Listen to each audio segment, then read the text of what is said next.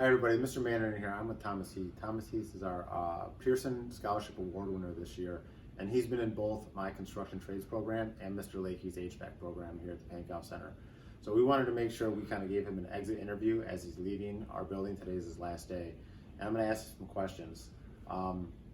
So one, why did you sign up for our programs? You're from Grosse, Pointe South. Why did you want to come over to the Paint Center and take our programs?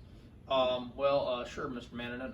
Originally what happened was I was supposed to go out to East Detroit's trades program, and then what happened last minute, unfortunately, was the superintendent dictated that the program was, he only wanted people who were inside East Detroit to go to his program. So that was what last minute. It was the week before school started. So what we had to do is we had to find another vocational training center as part of the deal that was signed at South. So we looked around, we looked at Detroit, we looked at a few other buildings, and then we discovered Paint Center. So we started visiting different buildings, and then we saw that Paint Center's programs were a big, gigantic improvement from what East Detroit's program was, and that's exactly why I'm here. That's why I signed up.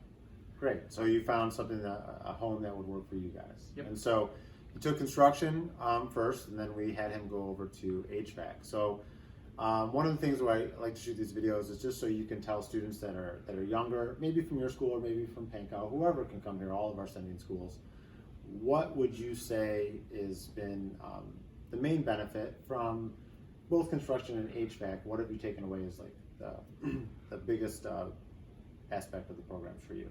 Well, sure. It set a framework for me in the trades. It has introduced me to the environment that I will encounter in the construction and service environments. Good point. It also sent me to the ground running with some of the knowledge I obtained from both of these programs. They teach you basic residential stuff. You know, it's nothing complex here. We go over the basics, and I was also given a lot of opportunities. Nice. And so, what is your next step after this?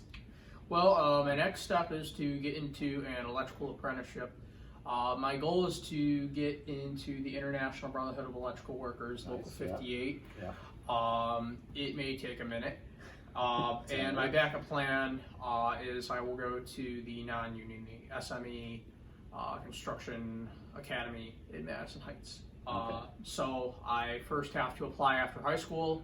Unfortunately, that's just how the system is. I have to take an aptitude test, then an interview, and then you get put on a waiting list. And there's a short, long list. It really just dictates how well I will do on an interview.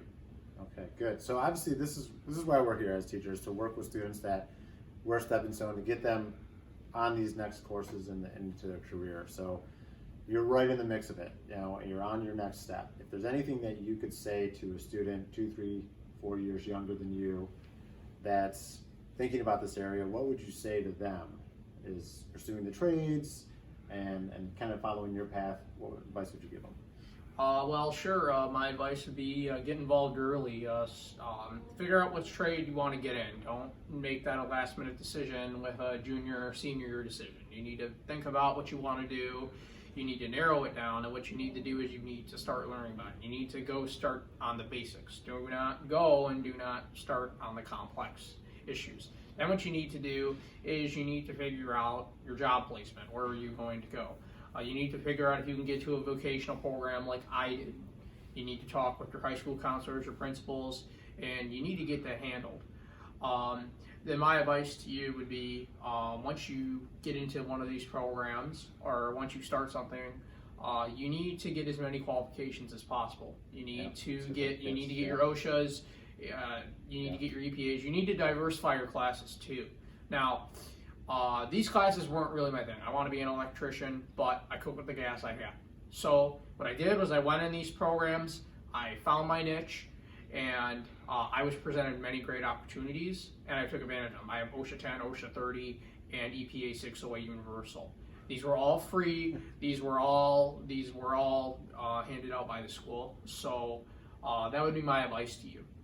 That's fantastic. All right. So on behalf of myself, Mr. Lakey, and our building, again, congratulations on all those certificates and on the Pierson Memorial Scholarship. We're going to have our lunch soon in a month, so congratulations, man. Thank you, Mr. Manninen. Welcome. Alrighty.